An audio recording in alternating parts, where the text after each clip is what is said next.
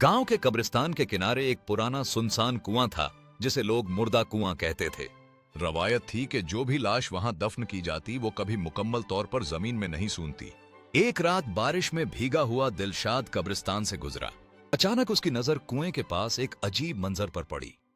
एक लाश जो आहिस्ता आहिस्ता जमीन से सरक रही थी, जैसे कोई उसे खींच रहा हो। दिलशाद ने समझा शायद वहम है, मगर अगली रात वही मंजर फिर नजर आया और इस बार लाश ने गर्दन मोड़कर उसे देखा। आंखें खाली, चेहरा स्याही से भरा हुआ। दिलशाद ने मौलवी साहब को बताया।